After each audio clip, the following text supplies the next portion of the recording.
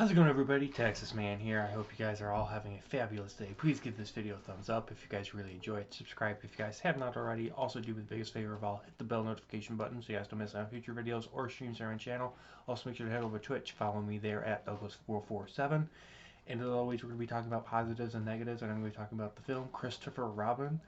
And if you guys have any movies you guys want me to watch and review here on my channel, please let me know in the comments section, whether they be on Blu-ray, digital outlets like Google Play, or on Disney+. And let's jump right into this movie that came out in 2018. It is rated PG, and it's about an hour and 48 minutes long. I do apologize for any background noise. I have some family over, so they might be making some ruckus in the background. So I apologize for any unnecessary sound or talking in the background. It's some family that I have over at the time. So let's jump right into positives. And first of all, this honestly is my favorite Disney live action film, and it's my favorite Disney live action sequel. So this does require you to have knowledge of Winnie the Pooh and Christopher Robin and all their adventures in order to actually understand what's going on. I mean, you can be watching this movie without any Winnie the Pooh or Christopher Robin knowledge and still enjoy this movie, but it helps when you have that background knowledge and you grew up with Winnie the Pooh when you were younger, like me. I laughed and I smiled constantly at all the jokes, and I enjoyed all the adult themes and the lessons in this film. This film is not a Disney Plus exclusive. You can get this on Blu-ray and other digital outlets, which I'm happy about. And basically, the plot is Winnie the Pooh ends up leaving the Hundred Acre Wood in order to find the grown-up version of Christopher Robin, played by Ian McGregor, to defeat some evil forces of Huffalumps that threaten to destroy the wood and kill and make people disappear that live inside of it. And we also get to witness Christopher Robin grow up from the little boy that we've seen in the Winnie the Pooh shows, movies, and books, and we get to see him grow up and have his own family, which was a really cool concept and something that I was happy that they did. This is a great fantasy drama for all ages that can enjoy. It's a fabulous family movie. I highly encourage you guys to watch it just because of that alone. And this film also keeps the soul of the original Winnie the Pooh adventures while adding some modern flair that works perfectly for people that have grown up with Winnie the Pooh, like myself, and people that haven't even heard of Winnie the Pooh at all. Major themes of lessons of no matter how old you are on the outside, there remains a childlike spirit inside of you, and it doesn't matter um, how old you are, you're always going to have that inner child inside of you. Also, it proves in this movie that family matters more than work, more than jobs, and that working 24/7, 365 is not only bad for your health, but it's bad for social interaction with your neighbors, and your family, and your friends. Ian McGregor as Christopher Robin was a great casting choice, and his acting is phenomenal. Really loved it. This is a more character-driven film over like action and adventure and explosions and shoot 'em up, bang bang thing.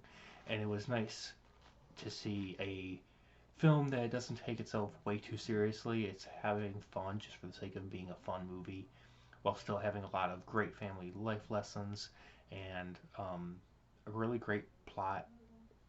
You're not bored. You're not, this film isn't dull. I mean, it's got some action and adventure enough to keep you awake, but it doesn't rely on that. This is a character-driven film, and I love it for that. And I hope that Disney in the future will make more of these. Like, we don't need to just have action, explosions, Michael Bay Transformers every single time we watch a movie.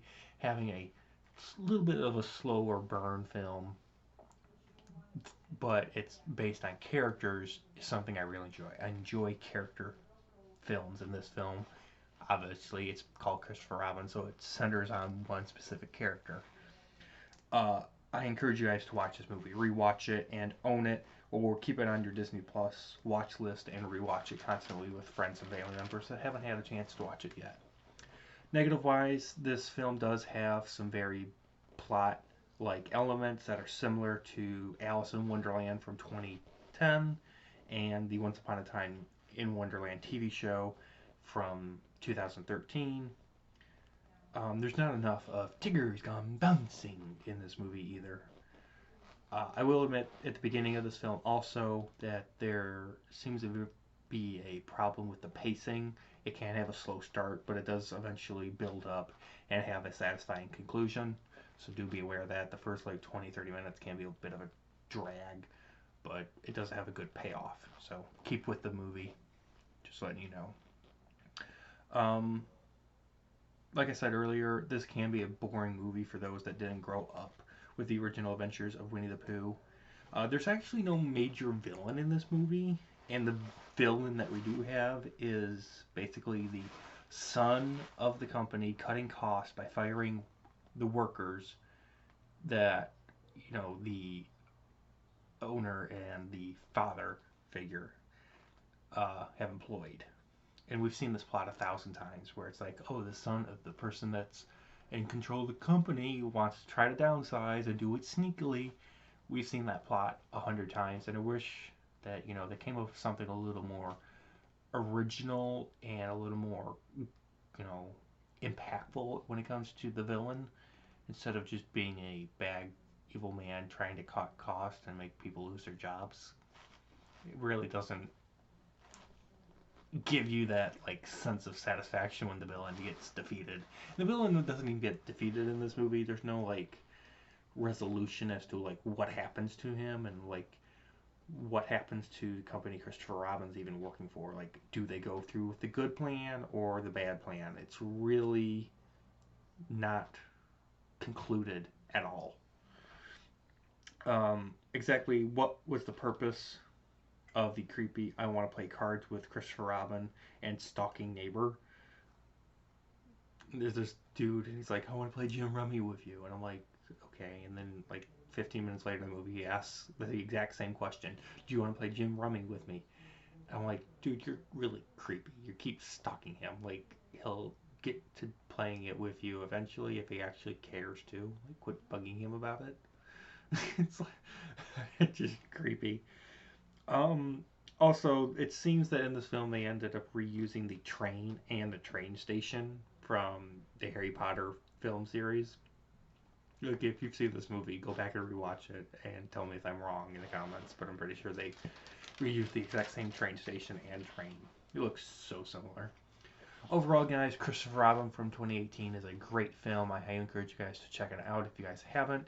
And with that, guys, I'm going to give it a 8.5 out of 10. Thank you guys for watching. You guys have a great one, and I'll see you guys in the next video or stream. Bye, guys.